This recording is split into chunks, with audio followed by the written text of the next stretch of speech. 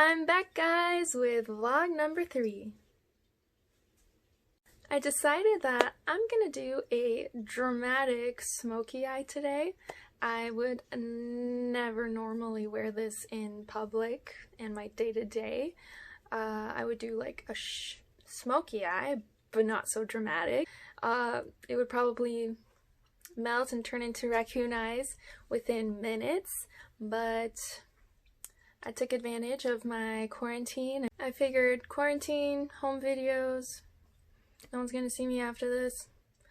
Why not? It's the most perfect opportunity and excuse to try out my skills at a dramatic smoky eye. And I found out why I'm breaking out, like on my nose, upper lip, and chin. It's so funny. Every time I have a reaction to something, it's always a zit the size of Mount Fuji, right here, Mount Everest, and the Himalayas. It's like baby bumps.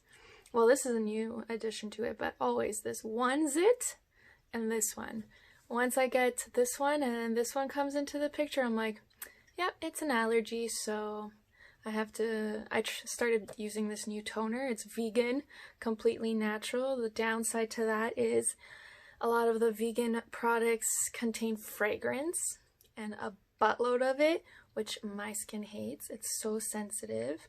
She's so sensitive that, yeah, I have to go the non-vegan route and use La Roche-Posay instead. I don't even use water either. I stay away from water. Yeah, a lot of people are probably thinking, ew, gross, crazy. I do like a facial scrub twice a week, and that's not even with a legitimate scrub. It's like a clay kind of face wash. Enough about my problematic skin and me trying to distract you with my dramatic eyes. Let's begin. Finally, the video I promised 3 video logs ago. So today in my video I'm going to discuss my life and my lifestyle in Dubai, the lifestyle in Dubai, and working for Emirates. Trying to balance my lifestyle along with my very demanding career. I'm not really even sure how to start this video, but your day of joining, the batch that you're put into, those people become your family. You are with them for 8 or more hours a day, 6 days a week. We only had Saturdays off. And yeah, Saturdays were the only days off. And yeah, after training, you would go out to their place, a bar, or, you know, do the touristic things and explore Dubai together. That was really fun. Go to beaches together, the beach bars together, zero gravity. That was one that I went to. Actually, I'll just tell you how my experience was. Dubai is extremely cosmopolitan, very multicultural. You've got people from places I didn't even know of until I arrived. So yeah, you've got some pretty exotic spectrums there. And it was really funny to notice a few differences between North Americans and the rest of the world. Like, I would be taking and commuting via bus to the training college, and everyone from my hotel was in my batch, and like we were all friends, we all got along. And it's just funny that as soon as I got on the bus, I tended to like look out the window, put my earbuds in, and just like mind my own business. Meanwhile, like all the Europeans would be like chatting away, discussing life, enjoying each other's presence, socializing. And yeah, I was just like, actually there was one other Canadian girl in my day of, actually there were 4 of us, but one girl in my hotel. So yeah, we both just kind of sat and then looked out the window, where we were window watching, and then it was her who brought it up and brought it to my attention. She's like, look how everyone else is like socializing and we're just like kind of on the side here. But that's just the way it is, I guess. We kind of mind our own business. My experience as a new expat to Dubai was like so. I made friends with people in my batch. I hung out with them, chatted up with them all day long. We all got to know each other. We took the bus back to our hotel, made plans to do groceries together, study together, split cab fares and whatnot.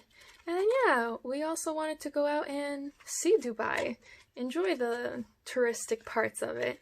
So yeah, we would get together, go to beach bars. Zero Gravity was one. We went out for dinner, clubbing. I remember going to like this really fancy sushi bar. I cannot tell you the name of it, but damn, it was... Dubai's nightlife is something you've never seen before. It's like, yeah, you would not see this in North America. The level of entertainment, the poshness of it, the architecture and design of everything, it's just top notch and out of this world. And like here, let's say in Canada, you're like, I wish I can do this. It's like, you know, a daydream, and they bring it. They bring it to life there.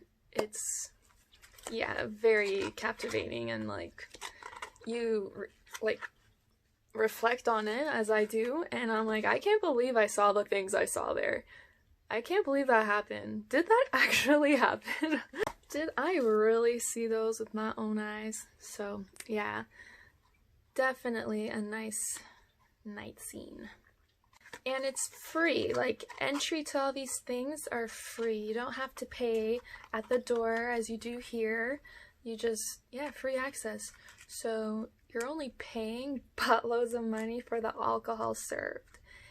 Yeah, and it's like really hard to get alcohol. We don't have LCBOs and beer stores out there, or they don't have it. I'm here now. It's not me, we anymore. They do have people, like there is a alcohol store. I forget what it was called, like something Marlin, something tropical sounding. And you can drive there if you have a liquor license. You can purchase things then. Actually, everyone should have a liquor license because God forbid the police, the Dubai police, catch you walking down the street intoxicated and you don't have one, you can get charged a lot. You're not supposed to be walking around intoxicated anyways, but that was happening more than you would think for a Muslim country. But luckily, being crew, we were able to bring alcohol from our layovers to Dubai. I'll get into that after, the changes that we kind of had to face with that, but before it was like, no problem, bring in your alcohol from wherever you're coming from and stock up all you need to. But yeah, the first 8 weeks, you're not flying. So you know a guy who knows a guy, and that guy is like an alcohol dealer. You have his number, you order from this dude, and you meet up with him. And I had a friend who had been in charge of these exchanges, and he was explaining how hilarious it was. Like, it was like truly drugs, the way this guy was exchanging these goods. Like, he was so sketched, on the lookout. It was very disguised, so very interesting. So yeah, the first 8 weeks pretty much consisted of like checking out all the beaches, the bars, lots of partying and flats and pool parties, because all the hotels have pools, rooftop pools.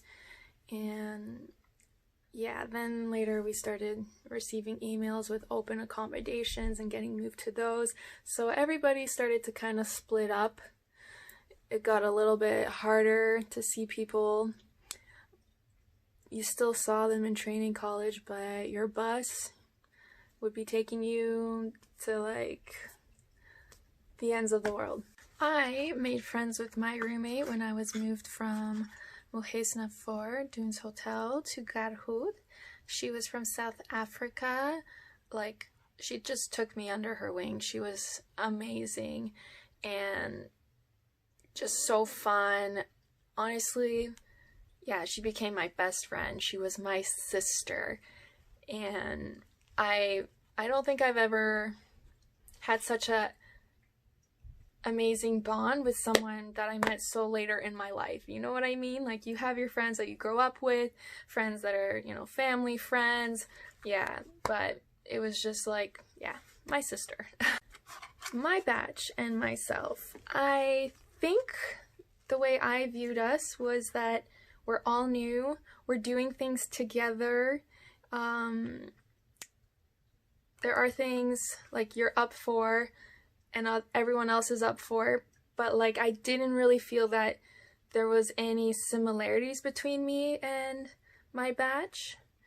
I don't know if this is making sense, but yeah, like, you know how you have friends that you party with, you have friends that you can go shopping with. It was kind of that idea. Like, they were friends because, yeah, you wanted to explore Dubai.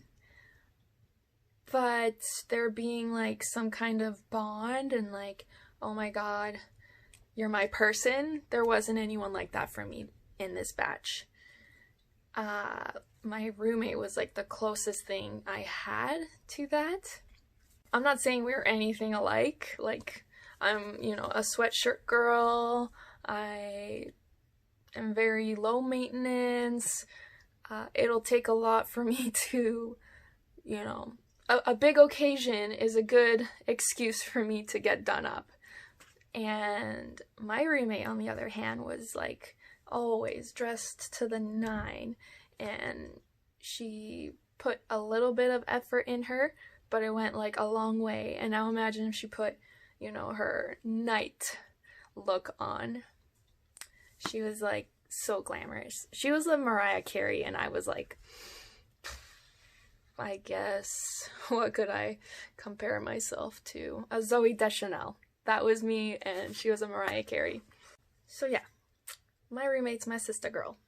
We're shopping together, we're going out together, cooking together, running errands together, hanging out together. I'm meeting her friends, and her friends were so lovely as well, and the list goes on. So yeah, of course I was missing out on things that were happening in my batch, in that circle. I will tell you, it is so hard to find someone real and genuine in Dubai. It makes you feel so lonely seeing how plastic a person or a population as a whole can be. So when you do find someone in Dubai, you hold on to them. So like, for every shitty, plastic, fake, crummy person you find, like, the worst person you can find,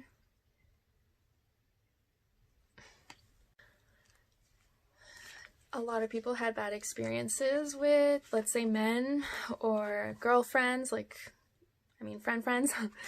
So as bad as that situation kind of left you, you would find someone that would be like the complete extreme opposite. So there, I've come across the nicest people living in Dubai that I'm like, how are you even real? And they're like, to the core, deeply seated, the kindest people.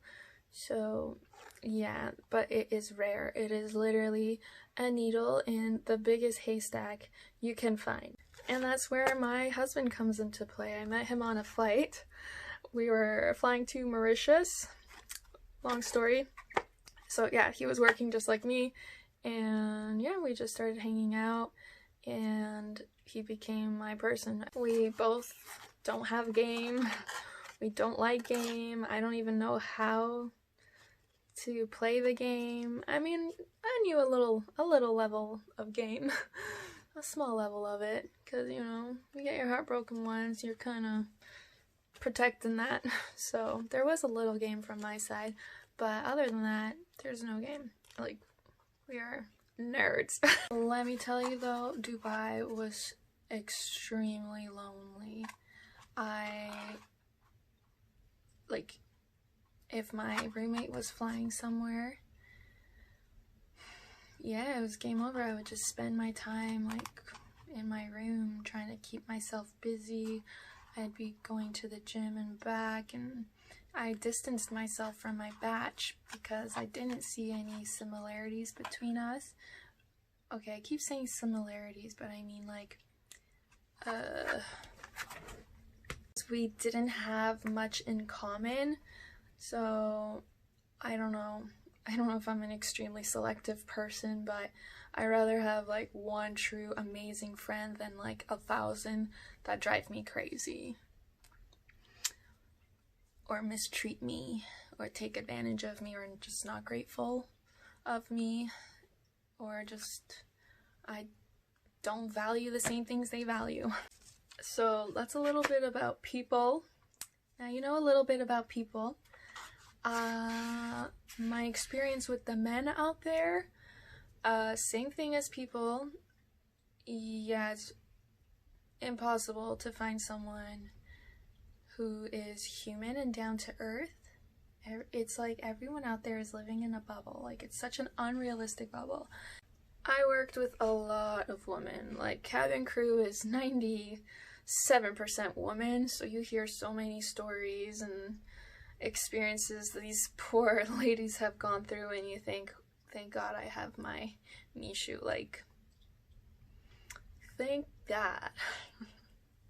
I too had dated a little bit before my Mishu, and yeah, I gotta say it's a very tough, vicious kind of game out there, if I'm gonna be perfectly honest. The first few months, let's try this again. Holy. The first few months of living in Dubai, you are excited. You are living that dream you've been dreaming for the past 3 months. So you're out there celebrating, indulging, absorbing, inhaling every little experience you can, being out there in this whole new world all on your own. You're clubbing, you're barring, you're beaching, you're just living it up, meeting new people, left, right, and center. Literally, by the second you're meeting someone new. It never stops, but it does stop eventually. For me, I can't do this kind of stuff long term. I realized, like, I can't live on the go like that. To me, it's just kind of, you're gonna burn out, there's a dead end to it. Yeah, you get tired of it. This is what I like about what I saw out there. I wasn't the only one who ended up going through this and following this path, this journey, but people started to fall out of this trend and way of life and started to live for themselves. They found hobbies, started learning new languages, and kind of, you know, began to stimulate their brains, and they were trying to pop that bubble that you're in when you arrive. Like, that city is in a bubble, so you try to get out of that bubble and live a normal life as you want or can. Especially after you start flying, you realize there is such a lack in routine. Hey monkey, good morning. Aww. Oh, she's sleep crawling. Oh, one sec. Especially after you start flying, you're leaving at the craziest hours, arriving back to Dubai in the craziest hours, and you're arriving to these countries at crazy times, so your body is its own time zone. Some people, you know, want to forget and de-stress by going out to these clubs. That's their choice in lifestyle, and then some other people geared the other way. So I'm gearing the other way. I know I had the intentions and I got this job so that I can explore and live life like the movie stars and just, yeah, live the life to the fullest. But I quickly learned that's not me. I cannot, like, it's not long-term at all for me. Or maybe old. I don't know. Maybe I got old. I arrived there when I was 25. I just turned 25. And yeah, I left when I was 28. Currently 28. When you first start flying, you are so excited and you're like, how can anyone ever hate their job? Like, it's the best job in the world. It's the dream job. They must be sick in the head for thinking this is stressful. Like, what's wrong with them? I'll never be like that. And I soon became just that. Miserable. On my layovers, I was making friends with people from my flights, making plans. We were going out, doing all the touristic excursions, exploring the cities, taking all the pictures in the world, which, by the way, my phone synced with my computer and I lost them all. So that's that. Life lesson learned. Don't rely on technology. Live in the moment.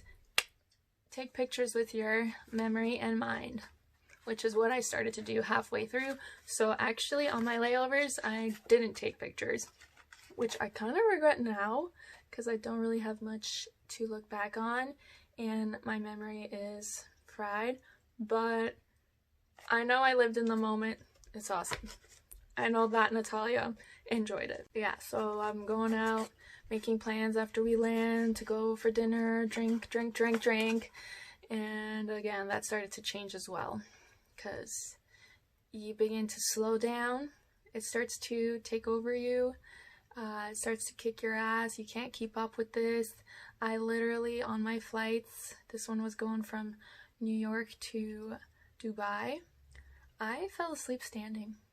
I was holding tea and coffee and I was waiting to gash them and like empty them out in the toilet, and I literally fell asleep like this, and someone came up to me from behind and like woke me up. I was like, well, I could put that on my resume. I did something new today. I fell asleep standing up. It happened. So I've already hit the people topic and my experience with people, the lifestyle. Next up is the weather. All year round, you have blazing hot, scorching, motherfucking hot weather. Like the hottest Tabasco sauce just sprinkled, actually poured all over the city. It's freaking hot, and I am from a cold country and I can't stand that. I need my seasons. I need to, I mean, it's pretty crazy here too, and like spring I think is the worst season here because Mother Nature can't make up her mind.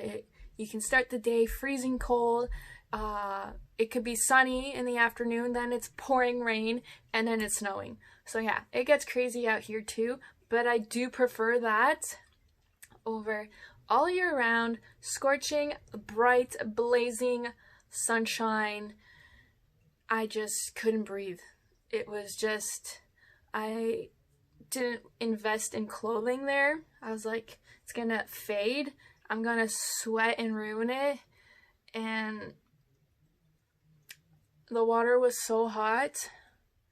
Like when you take a shower, I mean, okay, November till April in Dubai, if that weather could be all year round, I would still be there. Honestly, it is really nice. It can get chilly to the point of being chilly, but it's so nice. Compared to May till October, where you can't even human. You can't even human in that weather. It does rain. It does rain in Dubai. There was one year, but it is like cloud seeding, so they make the rain. I think this year there was like a massive flood in Dubai Mall. I saw footage. of it, I was gone by then. Honestly, me and my husband are always like, thank God we left. Thank God we left with all the events that we're seeing and how bad it is right now. We're like, we left at the best time ever. My family came to visit me right before I moved back to Canada, and they came in, was it June? Yeah, June. And I took them to the beach, and they're like, Natalia, no more beach. Don't take us there anymore. All we did was stay indoors. That's all you can do in the summer.